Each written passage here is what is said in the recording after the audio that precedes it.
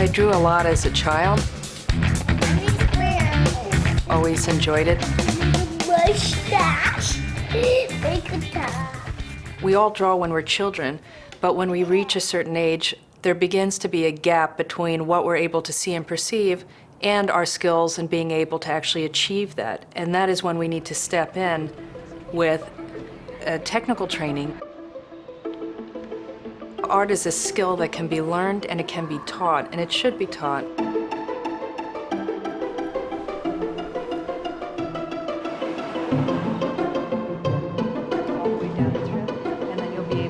The idea of training as an artist is to match your desire and passion to draw with the skills to be able to actually do it. Lower the jawline. Atelier is a French word for studio. It's a studio run by a master artist. You're not working in a university where you have a number of people teaching you about drawing. You have one person, a unified vision of a single artist generally. And you stay there and you work at your craft until you've got it, and you're given all the time in the world to do it, to really achieve your own standards of what's possible. We're living in a very fragmented culture.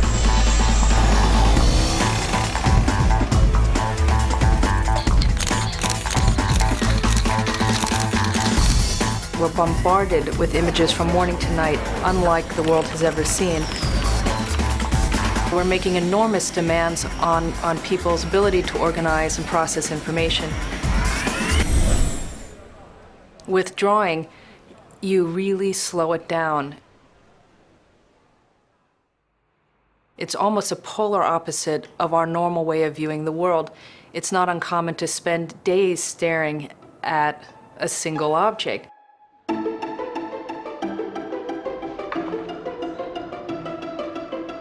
What is amazing about beautiful drawings by master artists is that they're incredibly analytical. They're very well thought through, a lot of practice being brought to bear, and then combine with that with passion and inspiration, and you have the miraculous, really. Anybody can learn to draw, anybody. It's a skill just like writing, and it's just like playing the piano.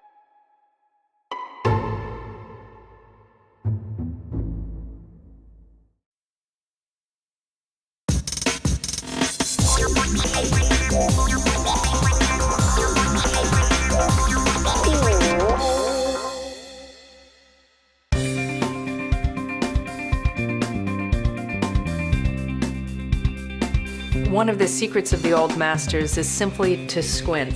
When you half close your lids, you minimize the amount of light hitting your retina, and it begins to abstract everything a little bit and enables that sort of disinterested distance between you and your subject to start to see it as it really is, not as how you perceive it.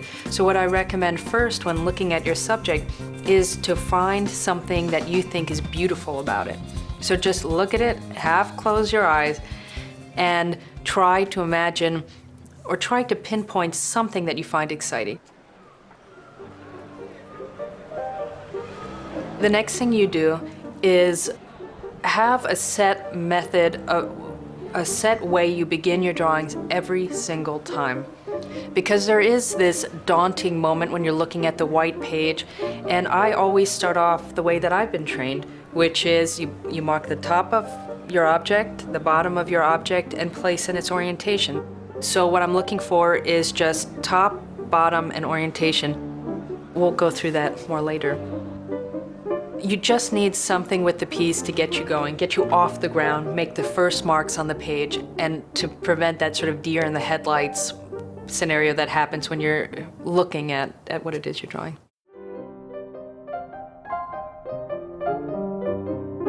When you're looking at a finished work of art, you're basically seeing a master artist at the pinnacle of their success if you're looking at a drawing you really love. So don't hold that up as your standard for what you can achieve when you're getting started. I don't recommend starting to draw the figure. The figure is very hard for a number of reasons. One is that everybody's a critic. We're finely attuned to really subtle changes of expression. We know whether our best friend is smiling at us, or they're giving us a fake smile and they're really mad underneath. I mean, we have such a fine eye for that, that it's best to start off with something simple like a cup, a still life object, some fruit, a tree. People are not as harsh critics. And you'll give yourself a little bit more leeway to get going with that sort of thing.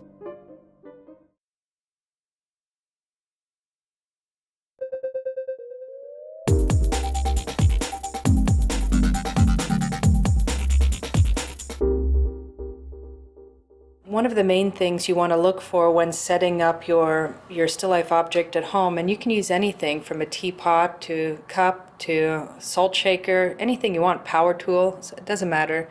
But a lot of people don't realize how important shadow shapes are. So flat lighting is not very form revealing and it obscures a lot about your object. So having a directional light source will help give you more to anchor your drawing on. Here we're in a north light facing window.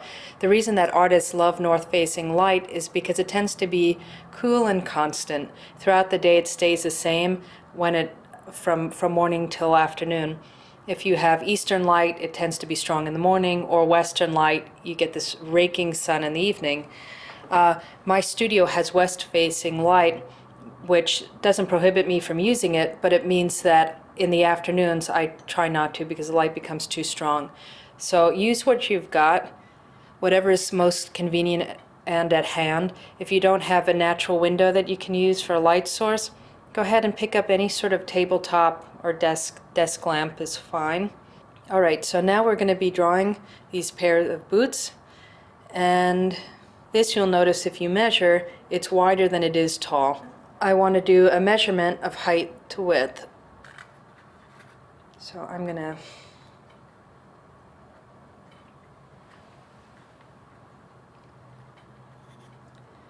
guess.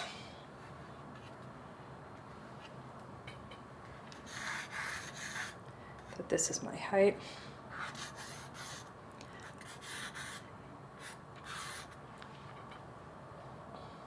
So when I squint down, remember it's important to squint to sort of get a feeling for what it is you're drawing.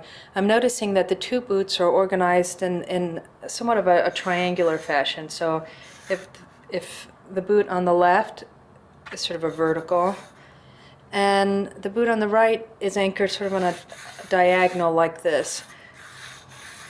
So here's the line that they're resting on. Here's the top and a diagonal connecting them. And with this simple abstract scaffolding, I can easily start to build on top of it, but it gives me something to anchor my lines to. Now don't be worried if you're not sure, well, how would I know if I was using this line, or what if I put it here or there? There's not really any wrong answers for this. It's really just what you feel is important. So I'm noticing that for me, from the top of the one boot to the toe of the other gives me this angle. I'm seeing it repeated at the base of the boot on the right. So here I'm already coming up with a scheme to organize my picture. It's not going to be pick-up sticks, sort of lines going everywhere, but I'm using fewer lines to greater purpose. This boot is anchored on the diagonal. This one's a whole series of vertical lines. So I just want to measure again to make sure I'm not wildly off base. So the width of this boot goes into this 3 times about. So here's to the edge of the one. The edge of the boot, this goes to sort of the top tongue of the other. And this would bring me to the toe. So from here, I want to start to get it blocked in a little bit more accurately. And look for big angles. So from here, the left side is going to the top. Here I'm seeing that angle again on the side back of the boot. Here, there's a line going a slight opposite way, a slight tick and tock. Here might be the edge. And now I'm getting a series of lines going the other way. Believe it or not, already we've got something in common with the Rubens drawing or with the great Raphael. Because if you start analyzing their figures, although they look like they're all different angles going all sorts of ways, they end up with this melody of repeating lines. And once you see them, it's really fun. The one thing I've noticed about drawing is the more you find out about it, just the more exciting and interesting it becomes. It doesn't lose its luster because you know some of the secrets. It actually gains in interest and intelligence over time. Okay, so here, not much to look at for you yet, but it will come together. This boot is here.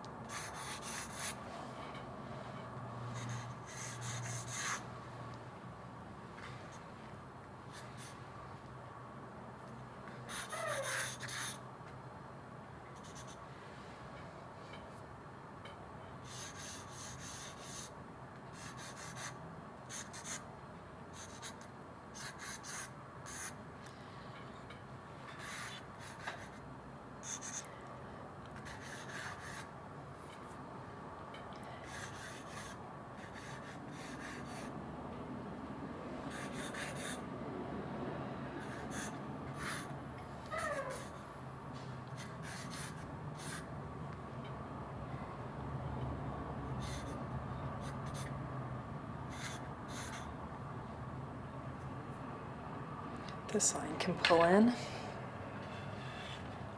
So I'll keep the angle the same, just slide it in. This really sticks out.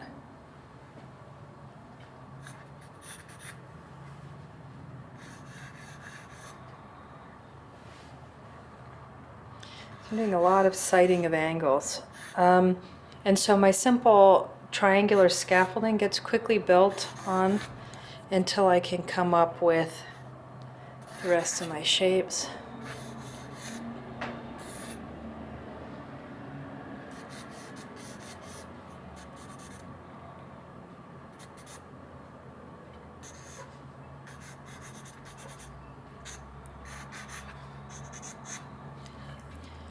Sort of formalizing, trying to get a sense of what the planes are doing. So on the front of that boot right there, I'm noticing that the way the light and shadow is falling is giving me a really nice, clean orientation of the box.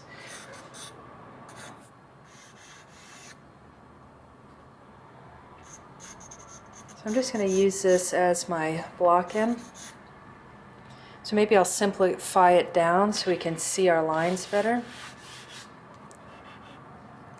There's a line from Amré Duval, who was one of Ingres' students, the 19th century academician, and apparently Ingres came into the classroom once and said, "You're drawing that leg of the model as if it was ugly. Take my eyes and you will find it beautiful."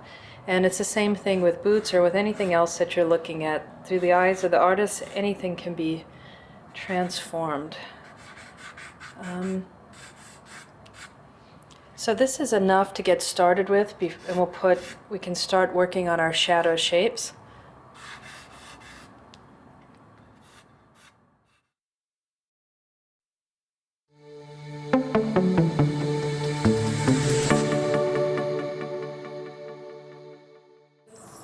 The value poster study, it's about big, flat values. Now, value has two main characteristics. One is purely decorative. It's simply a pattern of light and dark, just like these light and dark squares. And you can imagine a piece of pottery with just maybe a leaf pattern on it, and alternating between black and white forms a two-dimensional decorative pattern. And the next characteristic of value is one of form, where you actually use light and dark to make something appear round and volumetric. Now, this stage of the drawing process, when you're just doing a small thumbnail poster study, is thinking about value in a decorative two-dimensional sense. I'm seeing how this sort of lightning bolt shape of tone interacts with the next block that's slightly lighter. I was trained using a 9-value step scale, such as the one you see here. This has holes punched in it so that you can actually look at your subject if you need to and be able to double check. Sometimes our eyes play tricks on us. When I hold it up to the still life, I can see that this value is slightly too light, and this one is a lot too dark, and so I can help to zero in on what I'm looking at that way. Every single piece of art that's representational has a substructure of value that works in place so that it can become a piece of visual poetry or a piece of music, and these are your notes. And how you arrange these will take the viewer's eye through the picture. It will tell them what's most important. It will give us a lot of information. Now remember that in your picture, the area where the lightest light and your darkest dark meet becomes focal points. So every area where we've got these little isolated bits of light surrounded by darks really captures the viewer's attention. And another thing to remember is that edges function much like this value step scale. The sharpest edge being very eye-catching and perhaps being like our strong dark. And then, so here perhaps we can have a very sharp edge, which grabs the viewer's attention. And then it's offset by an area such as this, which perhaps completely fades out. Now most of what we're looking at falls somewhere between the two.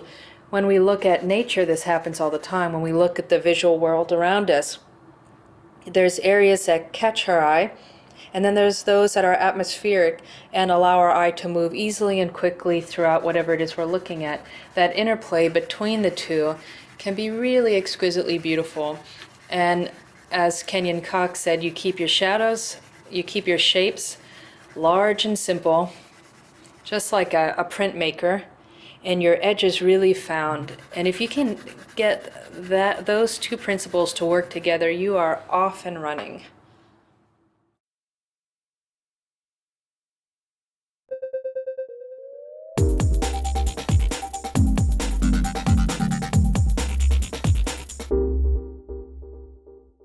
Whenever I go into art supply stores, I always end up with way more materials than I need. So we're going to run through quickly a few of the drawing materials you're going to encounter in an art store so you know exactly what you need to get. This is vine charcoal, and it comes in hard, medium, and soft. Often you can find it in these packets or in boxes, sold in boxes. This is a brush which is used for painting, but I also use it for erasing very delicate areas of the drawing. This is a stump, which artists use for blending. Here we have white, which is used for tone paper to pull out the lights. Here we have charcoal pencil, which gives you really nice blacks. Here we have Conti pencil. It's a little bit waxier, a little harder to erase than the charcoal pencil, but gives you a clean, dark line. This is a charcoal holder. When you get down to these tiny little pieces of your vine charcoal, you simply insert them in and it adds length to its days. This is a piece of compressed charcoal. You'll often find them just big, fat, and square or round. These are graphite pencils. They sell a lot of different colors, the sepia pencils. They come in a huge range. This is a skewer. A lot of people will also use a knitting needle, and that's to sight angles. The blade and the pencil sharpener are two different ways you can sharpen your pencil. This is sandpaper, a 220 grit, which can give you a really nice point. Here we have the plumb line, which is just a thin thread, and you can attach anything to it to keep it vertical. This is just a clip. You can use a fishing weight. This is a piece of a sheet. I tend to save all the fabric we're throwing out to use for drawing. This is artist tape and our sketchbook. They sell lots of them now in all different shapes and sizes, and they're easy to fit in your bag and carry around. I use it often just to keep track of my ideas or do quick sketches if I need to. Here I'm going to show you a few examples of the type of marks that you get with various materials. I recommend, if you're going to be using charcoal, to stay with the Vine charcoal. They come in hard, medium, soft, and extra soft. And each charcoal is going to do something different when you put it down on the page. Stay away from the compressed charcoal unless you absolutely need it for making something very black. It's hard to control. Do you see how dark and black that line is? There is no way to get a sensitive, beautiful line with something like this. But I do use it occasionally if there's an area that I want to get very, very black. Okay, by contrast, here's a piece of Vine charcoal. You'll notice when it goes on, it's like a lighter gray. When I try to go dark with this, I can still get a fairly dark tone, but not nearly this type of black, which means it's more forgiving for the most part when you're drawing. So with the hard Vine, you can get a very thin line. I recommend sharpening them. When they come out of the plastic, they're all going to be square. Just simply hold it parallel to the sandpaper and rotate it around. You want to be careful that you're not putting any weight on it because it will snap that point right up. So be sure to just let the weight of the charcoal do the work for you. Now the thing to look for with the Vine when you're drawing is if you've got a very timid light stroke, then it's okay to go to a soft Vine because you can control it and keep it fairly light. All drawings should start off light. Most people's drawings and all beginner draftsmen tend to go very heavy-handed with your line. If you put your line down on your paper and find that it's too dark, the quickest fix is to shift to a harder charcoal or a harder pencil. Now, these stumps are used for blending if you want to drag an area into each other. Do you see how that smudges? It sort of smooths it out. I never really buy these anymore. Just because I use paper towel, which does a similar thing.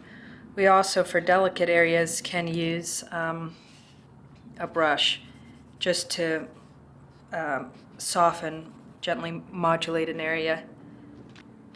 Though one thing to keep in mind is all paper has a lifespan. I'm going to show you a few examples of different kinds of paper. This is a pencil paper and it's really, really smooth. So when you go into your art store and you're trying to figure out what kind of paper to buy, think about the materials you're going to use. If you're using a graphite pencil, you're going to want a nice smooth paper, and it allows a really beautiful clean line.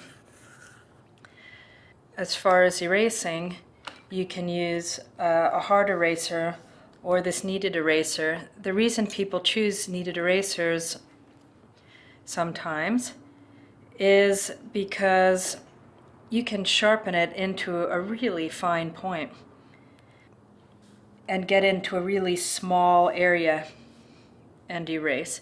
Then when you need to clean it, you simply just stretch it out and it lasts for a long time. A really hard, dark line will require something more intense to remove, like your pink pearl eraser. Paper is sold in sheets or in pads like I just showed you. This is charcoal paper and it's hard to see because the tooth is very fine, but this paper actually has a very subtle tooth to it and it grabs hold of the charcoal, and so this is considered a charcoal paper, and the pads that you buy will actually say that on there as well. And here's a piece of tone paper which you can use when you are adding white. Generally, when people are just getting started, I recommend that you use white paper. For many, many years, I never invested in artist tape because it's expensive and I never wanted to spend the money. But I've actually broken down and bought artist tape because you use this when you're taping your drawing to a wall or a board.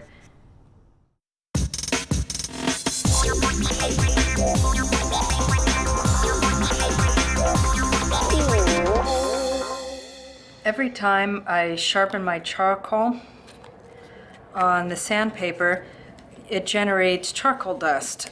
And if you want to, you can save some of the dust and put it in something like this Tupperware.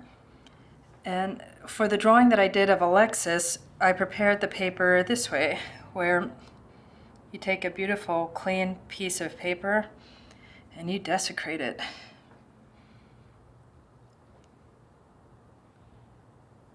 I'm not putting a ton on. I'll be a little judicious and put it all over, and then I'll test. This is charcoal dust everywhere. Then I take this soft cloth,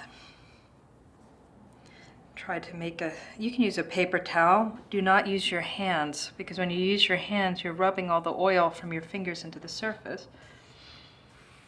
This is for a drawing called a reductive drawing, where instead of all the marks being generated by your pencil, a lot of your tone is being modulated by your eraser or paper towel or something. Sort of go back and forth.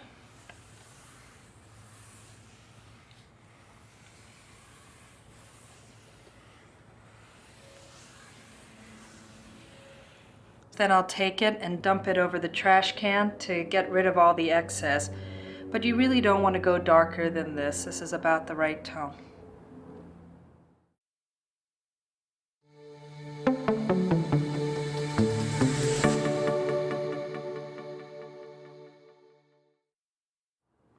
Drawing most man-made objects like this pot, you want to make sure that it's symmetrical, which means that generally speaking both sides are the same.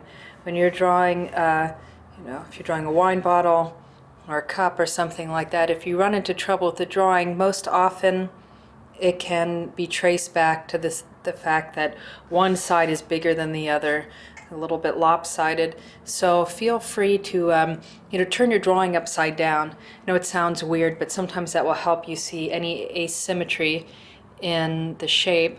Also, what you can do is take a piece of tracing paper, trace to one side, and flip it over and just double check that you have the sides the same.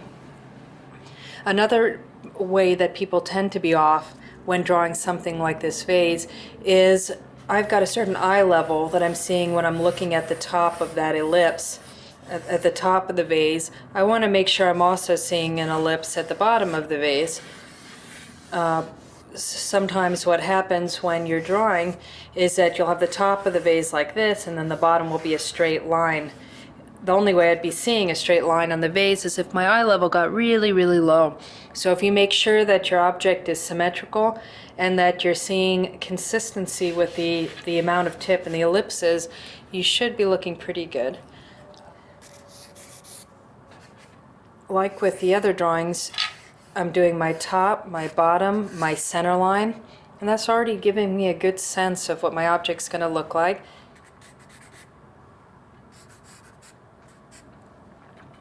I'm going lightly, just like we did with all the other drawings, to give myself time to correct. I'm running all my lines through. This forms sort of a V, that base and side. And here, the base, I'm running into the top to see where it hits on that top ellipse. When I'm drawing the one side of my vase, I want to consider the other side, so everything is being thought of in tandem and together. You'll notice that I've already got the two sides a little asymmetrical, so I want to correct that. And then this is sort of an inverted triangle, so I'm drawing one side and drawing the other. I'm sort of thinking like a designer, how the piece might have been constructed.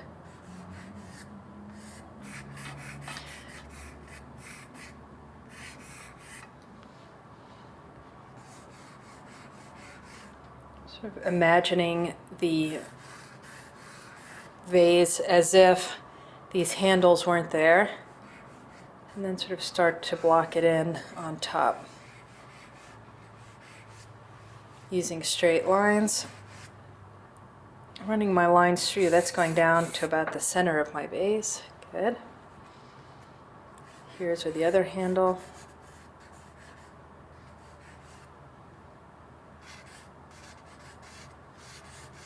So here, trying to locate this. Making sure that these ellipses are somewhat similar. So now I'm getting a block in of the contour of my object.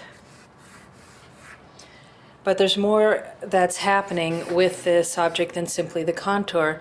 There's shapes that are formed by the light as it's cast onto the subject, and that's just as important as the shape itself.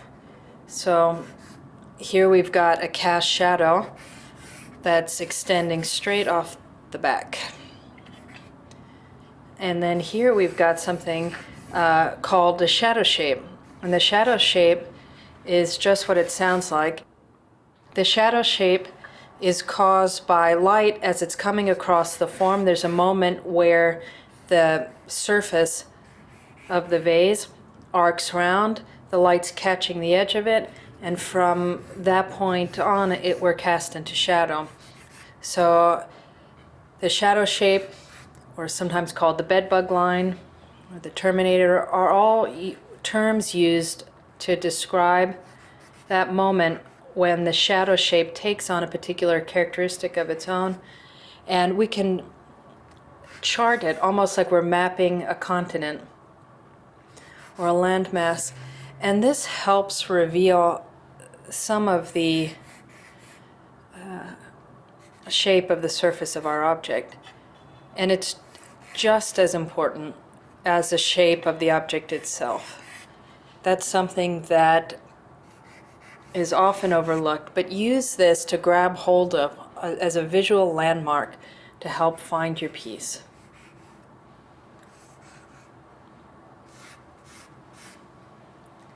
Okay.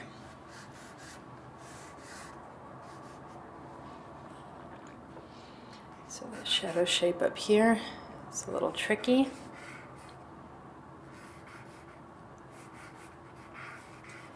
Finding the shadow shape is really important as we begin to study the second characteristic of value, which is not two-dimensional pattern, but three-dimensional volume. It's responsible for making our picture look round. The last drawing that we did of the poster study was responsible with making sure that our image was powerful, it reads from a distance, it captivates the viewer. Here's going to be the part where people are drawn in and they want to stare at it closely because they're actually watching along with you what's happening as light rakes across the surface of the form.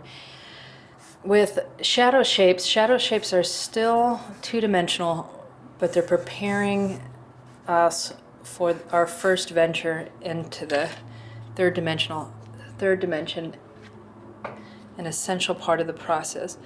So there's various schools of thought of what you do with your shadow shape. I recommend that you lightly tone it in.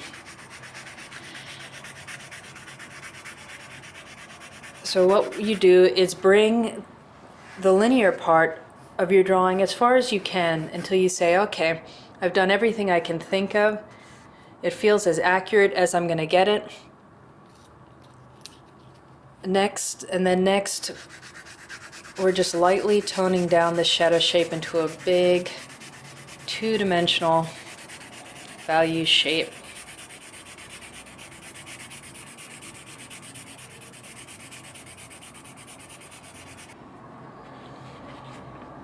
So the thing to notice about this stage is that that your shadow shapes and your light shapes are equally powerful. They're each forming something that's very descriptive and very interesting. Up until this point, I was drawing the vase exactly like I would a figure or a cast or a pair of boots. We're always interested in somewhat the same thing, starting off the same way and using the same logic regardless of the subject.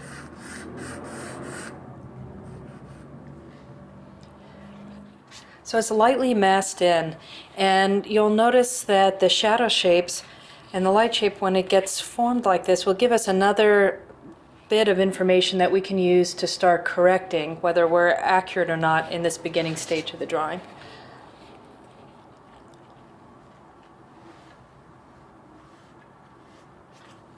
So after you get the drawing blocked in as well as you can with line, you make sure that your shadow shapes are organized, getting a strong core shadow, and then massing it in a flat two-dimensional way.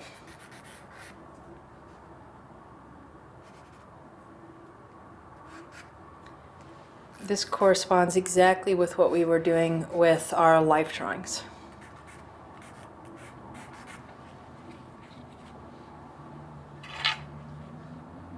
And you'll notice that the structure, that simple line drawing that we did, gets absorbed and you can't see it anymore. All those repeating angles and that thoughtfulness with which we use to block in our initial drawing, it gets completely absorbed. So the viewer feels it. They don't necessarily see it. They don't have to know every trick in our book.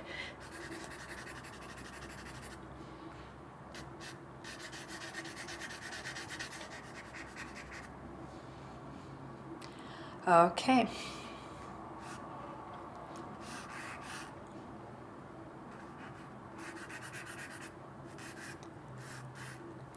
So although our shadow shape is very flat right now, treated no more than a decorative object, we want to be careful that our core shadow shape that we're putting in is as varied as we can handle. Which means we're looking for small nuances across that core shadow. People who haven't studied art are blind to halftone. Believe it or not, it's almost impossible for someone to see who has not actively studied it.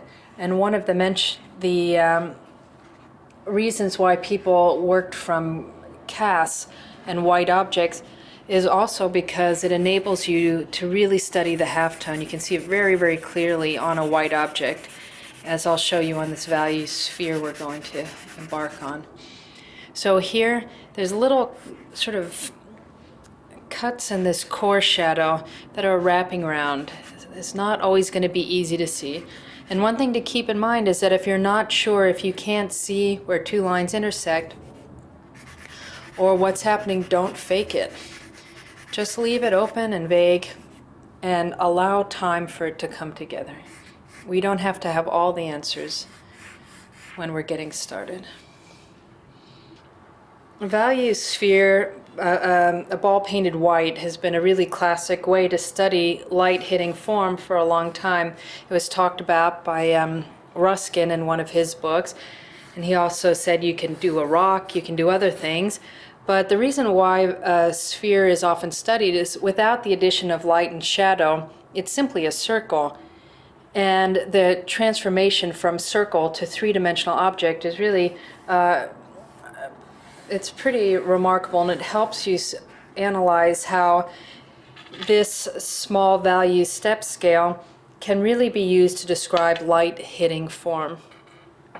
So first, what you want to do if you're going to be doing a sphere study is simply draw a circle. I winged it, and so I've got all these extra lines. Feel free to use a compass or just trace the bottom of a cup. Then you're going to be finding your core shadow. Remember, the core shadow is that interesting shape that divides the light side from the dark side. And depending on how you have your light source, it's recommended to use Rembrandt lighting, which is 45 degrees from the top down. So it describes this beautiful arc, the elliptical nature of your sphere. So if you had the light a different way, let's say you had the light coming directly from the side, that would give you a core shadow that went straight down the middle. Do you see how this flattens out our sphere? It just looks like a circle divided in half. Here, by placing the shadow like this, we're learning something interesting about the shape of the object we're drawing. Over here, these lines are describing the girth of our object coming around. And this is describing the fullness and the swelling of the center of that base. So this is very important. If you have the light coming from farther over, this will then again be giving you information about the direction of the light and the shape of your object. It goes without saying that without having light, we would have no art. We would have not a lot of anything to look at. So the study of light has always been the key subject, the most foundational subject for artists. And the character and the quality of the light dictates much that is happening of interest in any subject we're looking at. Let's see. So we have our core shadow, and then we simply want to darken down the shape. So we have our circle, and then we put in the shape of a crescent moon. And I like to tie the shadow shape in with that for a very simple reason, but an important reason, that at any point in your drawing, if you can lump smaller shapes in with the bigger one, you're going to be getting greater unity with your work and a more powerful vision. The greater the intellect, the greater the artist, the more they're able to make anything feel like a whole. So here we have our shadow shape, and here we have what's called the core shadow. Because our sphere is on a light surface, it's bouncing light back underneath, which is called reflected light. The area underneath the sphere, where the cast shadow is, we're getting our dark accent, which would be equivalent of black, or our last value in our value step scale. It's the absence of light. There's two types of shadow shapes.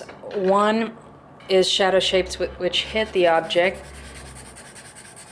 The other one is a sort of form revealing shadows. And the other shadows are cast shadows, which, like this shadow on the tabletop, which is the object, the shadow of the object being cast onto something else. Now, these shadow shapes can get really weird and really obscure the surface that they're on, depending on what's happening. So for example, if I had this sphere here right behind my pot, all of a sudden, even though the light source is the same, I wouldn't be seeing this beautiful, clear, swelling light. I'd have a cast shadow going over the top of it. So that's a cast shadow, and this would be sort of a form revealing shadow.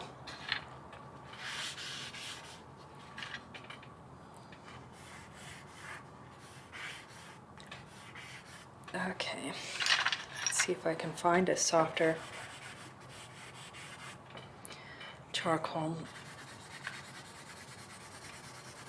So between the shadow shape, which is two-dimensional, and the light shape, we have a series of small gradations, which is almost a tiny gradations between this tone and this tone, wrapping from here across. And to the degree that you're seeing that is showing us a lot about the surface topography of our sphere. You can have a great range between black and white, like I could have this great big dark square next to a very white one, but that doesn't mean it's going to look round or nuanced or create any illusion of volume whatsoever. So it's not the amount of dark and light that you have in a picture that's going to make something start to look volumetric. It's the amount of halftone between the shadow shape, the core shadow, and your highest light. That is the key principle to think about when you want to start making something three-dimensional. So the more I can gradate these tones as it comes across the surface, the more my object is going to look round. If you're having trouble seeing them at first, think about the fact that if the light is coming from here and hitting my highest light, let's say through there, it's a sphere, so every millimeter of this is rotating away from the direction of our light source. So at least intellectually you can conceptualize that each tiny area is going to be receiving less light. Now, in different periods of art, you had different interests. So if you're a muralist and let's say you're Puvet de Chavannes and you're decorating one of the, an opera house in Paris, and you want the image to read from a great distance, you're going to be more interested in this sort of light. Big flowing light from the top down to the bottom, big simple shapes that you can read. If you're Rembrandt and you're interested in capturing the small nuanced forms that are found in your subject, the wrinkles around the eye of an old man, or a portrait of some kind,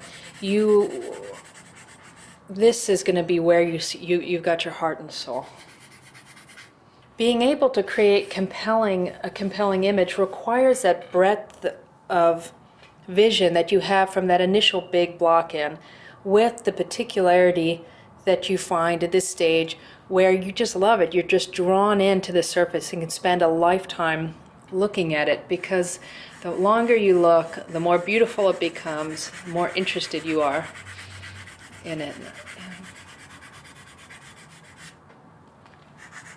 So notice the more time I spend, the greater the illusion becomes. So I want my background's dark, so I'm going to darken down the background around my sphere.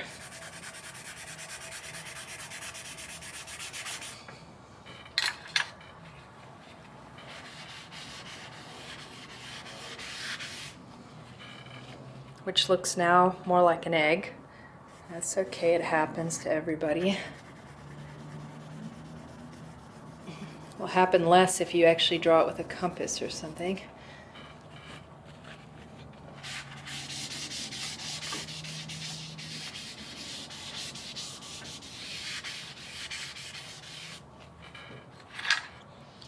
So the more I darken this tone behind the sphere, the more this light edge is going to pop up, become that strong edge that we were talking about when we have that range of sharpness to lostness. And then when I squint down, I can start to find an area where my sphere just sort of blends into the background.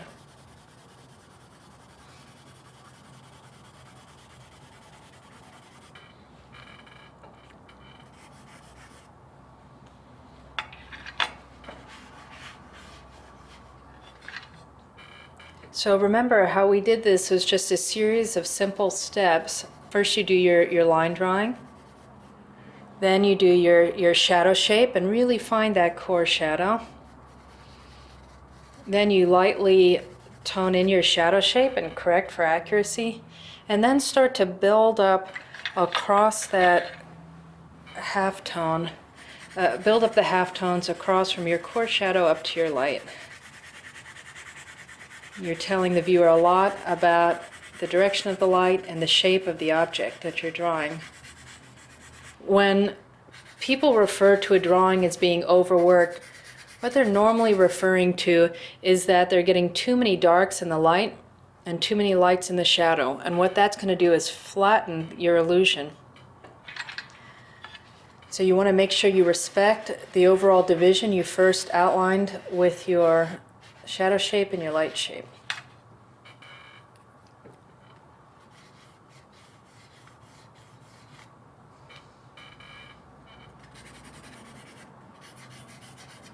And another reason why it's interesting to spend time doing a value sphere is because they show up everywhere.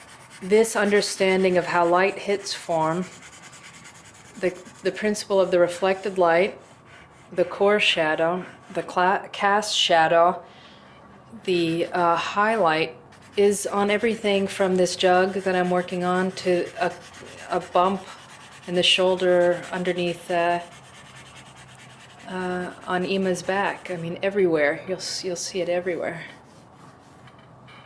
Now with the shadow shape, remember that the darkest area is going to be at this undercut. And then it's going to get more diffuse as it comes out and a little softer around the edges.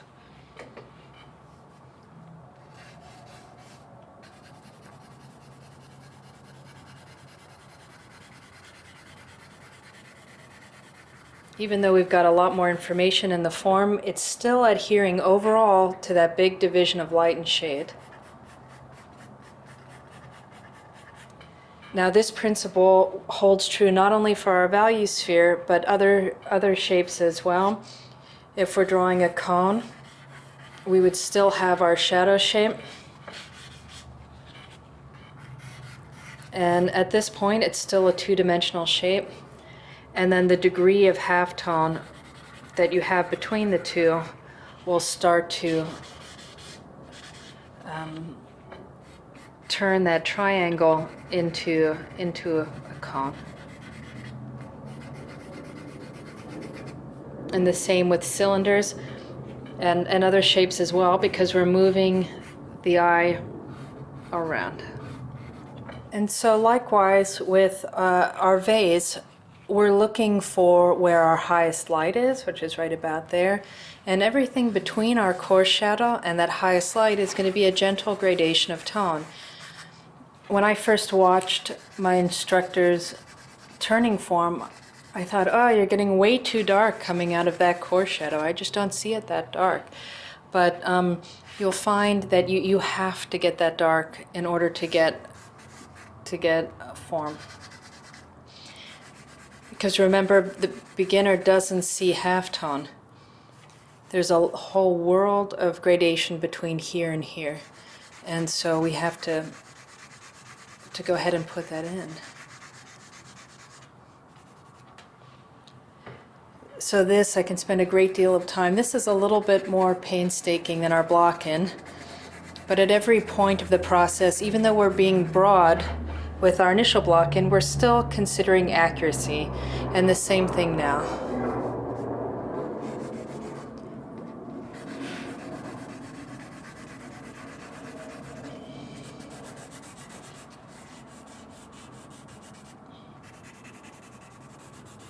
So here again, like with our sphere, our darkest shadows are going to be here where we have the absence of light sort of coming in the undercut. And in a couple other places where that same thing is happening, where we're really getting some nice darks. And then through the rest of this is gentle gradation of tone. And this could take a while.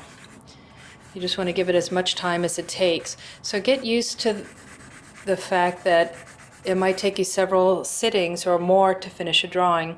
So you might set it up the first day and do the block-in, come in the next day and check it again. And every time you sit down, you're going to have a slightly different perception of your drawing. And you'll be able to make gradual adjustments so the end result of the drawing will be your best effort over a period of time. The beginning part of the drawing is light and broad and interested in the universals, just the biggest, broadest possible accuracy. And this is really the love of small things and nuanced form. It's the part that you can't imagine or really even anticipate. It really takes looking at the subject and studying it to notice all these small things. I often think about the fact that I'll be the last person to see this alive again exactly the way it is now. That really inspires me to take my time and be sure that I get it right. I'm sort of documenting it for posterity.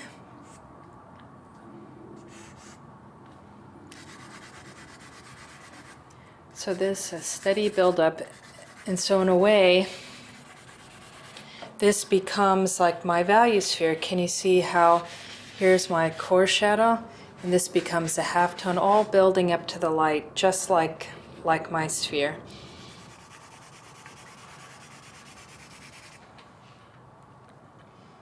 We've got essentially our value sphere here, our core shadow, our darkest value here, our lightest value, we're determining where that is, up here and there, finding our core shadow shapes wherever they may be, and then really turning across the form, rendering across to the light.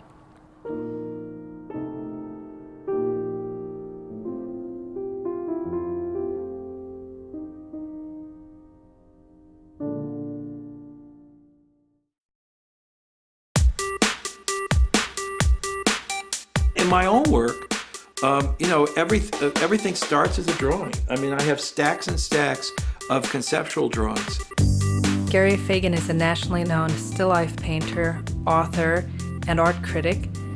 He lives here in the Northwest, Seattle, Washington, where he's the co-founder of Gage Academy of Fine Art and also works there as the artistic director. He's a big believer in drawing. He really firmly believes in a solid artistic foundation for all students. Number one is it's fun. Spiritually and emotionally, we know the difference between passively being entertained by something that's produced by somebody else and actually creating something on our own. Figure drawing is a revelation for the person who does it, and incredibly enjoyable. Almost everyone in our classes reports that besides being frustrated and wanting to be better and wanting to be the next, Picasso or whatever, Michelangelo, it's a very, very enjoyable process. So there's just a pure pleasure in making stuff instead of just consuming stuff. Then the second value is we're teaching people to see. And, most of us go through life without the slightest awareness of what it is that makes the world look the way it does. Artists look at the world differently. I really think we experience visual reality in a more intense way. There's a third benefit, which is also priceless. We now look at people like, Raphael or Degas. Not we feel like we're on the same planet as them in terms of skill or genius, but we feel like we at least have a shot of knowing what they were trying to do and connecting with their art. And so when we go to museums, we don't feel like a visitor in a foreign country. We feel like the junior member of the same fraternity. And we connect with art in a more direct and insightful way than people who have never studied art. And so people who study art appreciate art more, and they probably are more likely to buy art and collect art and want to have art around.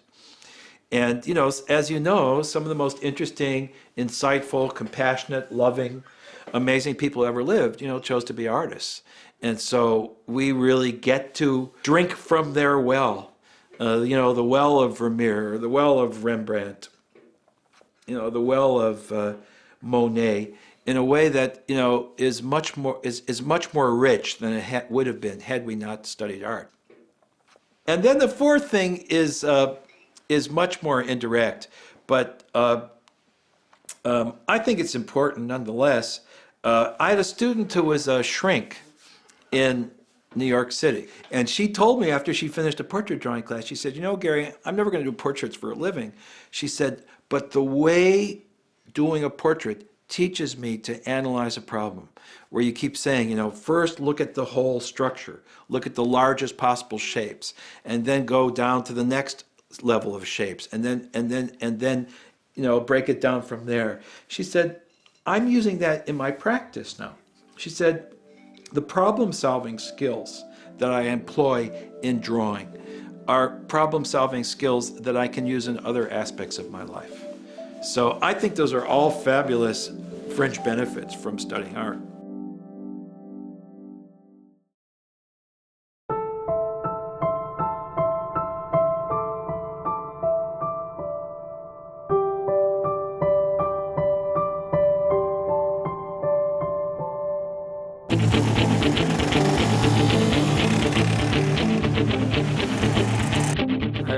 I started drawing when I was quite young.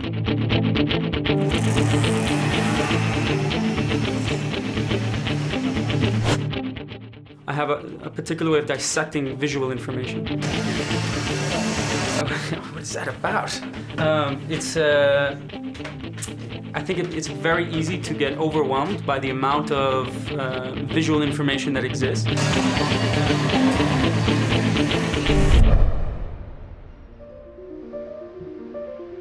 At the Florence Academy, we use a method of drawing or a method of comparison called sight size. The drawing board. It requires standing back from what you're drawing or painting, standing back far enough so that you're able to get you're able to sort of see the model and your drawing sort of at the same time in one sort of in your visual kind of scope. I'm drawing what I'm seeing the same size that I'm seeing it at. When I stand back, I do a lot of looking. I probably look as much as I actually draw. I'm constantly flicking my eye around different shapes, relationships of eye to the nose, trying to see what this shape is, the distance from here to here, the distance from here to here, but just any kind of form or something that can relate to something else. I'm constantly trying to look at those and be moving my eye around, and then try to translate that to the drawing, and I try to do the same thing on the drawing. I'll try to flick my eyes around the same sort of patterns on my drawing and try to see sort of intuitively the distance or the amount of time it takes my eye to go from one point to another point, both on the model and in my drawing.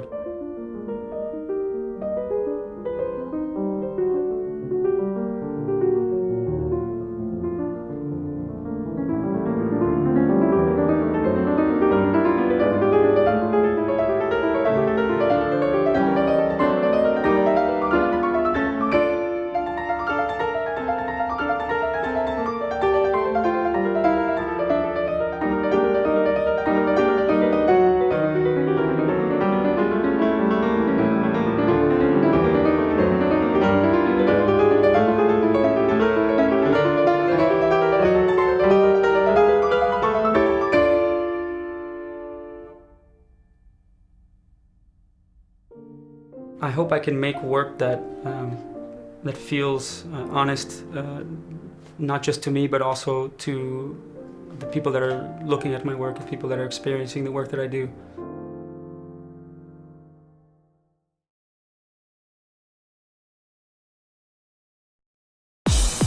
Walk over there and see what happens. One of the difficulties when working from the life model is the fact that there's so much emotional content. You're looking at another human being. It could be intimidating. There's a blank page. So I recommend, and I do this in my own work, is to really focus on solid drawing principles. Rather than worry about the fact that I'm drawing a human being, I just concentrate my efforts on creating a solid figure drawing, just like I would any other drawing. That one simple mark, I'm indicating the height of my figure on the page, and I'm indicating the figure's orientation. So you'll notice that I put in a long vertical line. Next, I put a tick for the top and the bottom.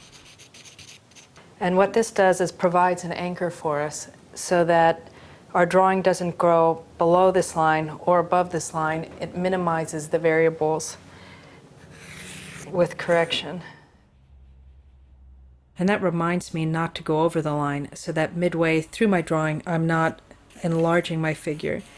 The next thing I do is notice any large visual clues that can help me understand the way that the model is tipping or tilting in space. I tend to start with a big diagonal for the bottom where her leg is resting. That's giving me a big visual marker, and then also across with the shoulders. I notice she's tipping to the left, so I'll put a single line. Next, what I want to do, even though the drawing looks fairly abstracted, I've already started making a number of key decisions. What else is happening besides my big vertical marker and a couple diagonals? Well, I notice a number of beautiful arcs that are running through the figure, from the forehead down to the side of the arm, or the front of the figure. There's a giant arc going from the top of the head to the rib cage and out through the bottom.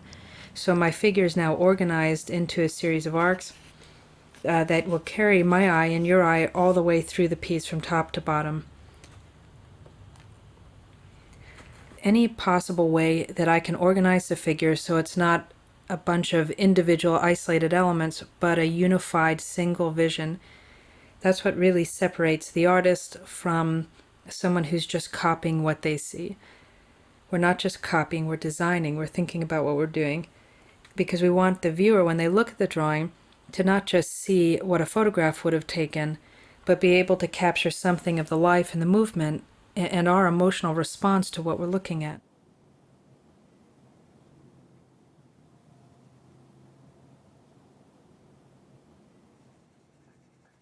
So already at this beginning stage of the drawing, I've given myself and the viewer a lot of information about where this drawing is headed. You can see that the big proportional markers have been laid in. So at the beginning of our drawing, we're comparing everything with line. Towards the middle and the end of the drawing, we're comparing everything with tone.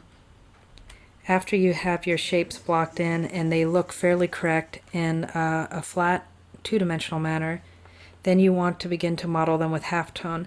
And that's the area between the core shadow and the light. So gradually at that point, focus on a single area. You'll notice that I work in a piecemeal manner from this part on, giving 100% of my attention to each small part of the drawing. And I don't have to worry that the whole thing will fall apart because I'm focusing just in a myopic way, because at the beginning we considered the drawing in such a global way that now we can relax and just give all of our attention to enjoying each part as we get to it. For the drawing to come to a conclusion, I allow my eye to just go across the piece, up, down, and through the piece, and compare that with the model. Wherever my eye stops, I might need an accent point. If my eye is going to an area and is drawing too much attention to itself, I might want to soften it and allow it to fade back. So the conclusion of the drawing is these minor considerations that move your eye quickly and easily throughout the drawing. Don't worry too much if you have a likeness or not with your figure drawing.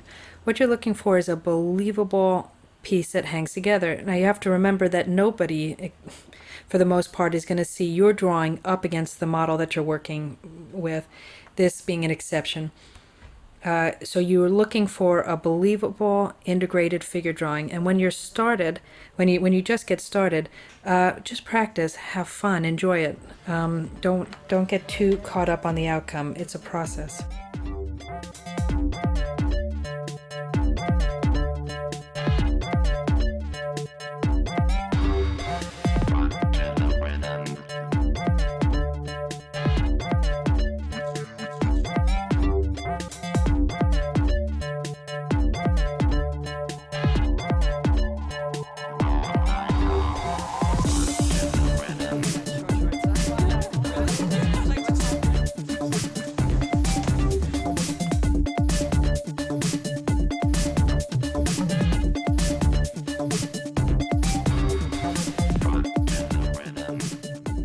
You start off this drawing like you do any other, with just lightly giving yourself a scaffolding of proportion so you don't have to worry about it down the road.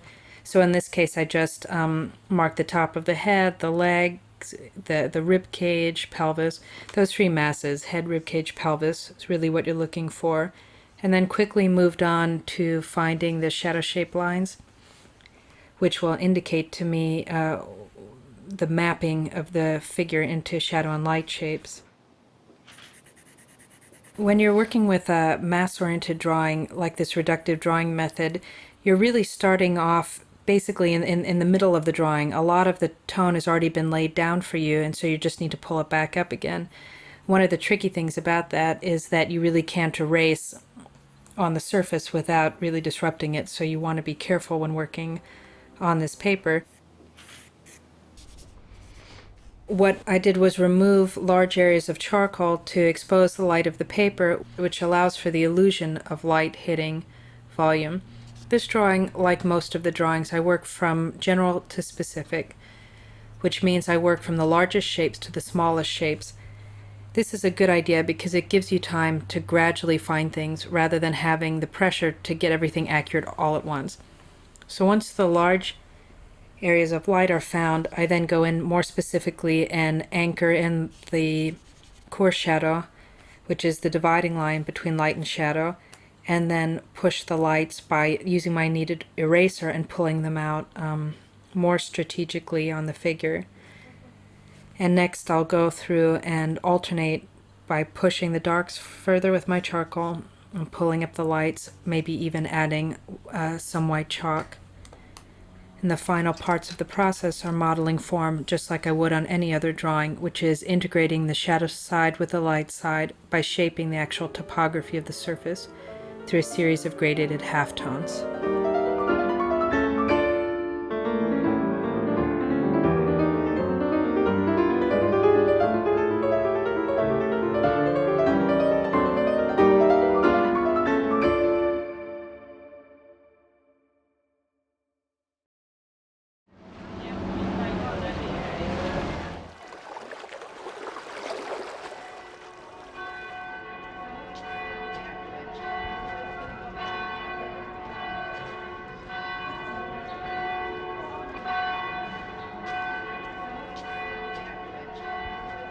There's something almost spiritual that drawing brings to you. It's satisfying, but it's also very. It can be very aggravating, but that's part of the satisfaction is pursuing that. It's a very human impulse. Children love to draw. It's something that is innate in us to want to copy the things of the natural world. Now, because we have the example of Raphael, of Michelangelo, of Van Gogh, we start to draw and we get to a point where we think, well, I can't do that, so we give it up. But continuing to draw, I think, would add another layer of richness to people's experience of art. Drawing is an important thing because, again, like coming and seeing art, you stop to look at something. And when you stop to draw something, then you're, as you know more than anyone, that now you're really looking at it to try to capture that whatever it is you're drawing. I tend to draw buildings because I love looking at buildings and trying to remember them. So my sketchbooks are largely filled up with buildings that I've seen in many, many travels in many places. Everybody can't be a superstar, but that shouldn't deter you from wanting to express some emotional or feeling that you have and that you are able to express through art. What makes a drawing work for me is when you arrive at that point where you say, I'm satisfied with what I see.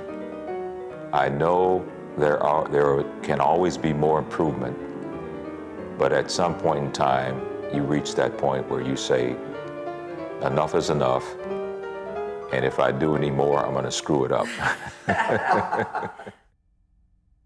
You don't learn to draw through osmosis. You learn to draw by drawing 12 hours a day and not giving up. I stay in drawing the way a pianist, practices the scales. I draw to stay in practice. If you draw every day, then you can see clearly, and when you go to the work, you're not tentative.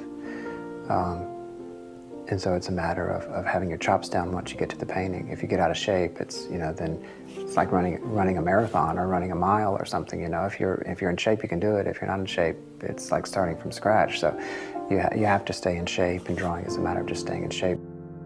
I mean, every drawing that you do, there's a certain magic that comes out of it that is, it's very seductive. It just keeps you wanting to keep doing it, and even if it's not the best drawing, it's, I don't know, everything is an expression of ourselves. I can guarantee you that whoever you are, there's something you see better than anybody else. There is something that you bring to the world that nobody else can bring besides you. And art and drawing and seeing is a vehicle to be able to sort of give birth to that in some small way.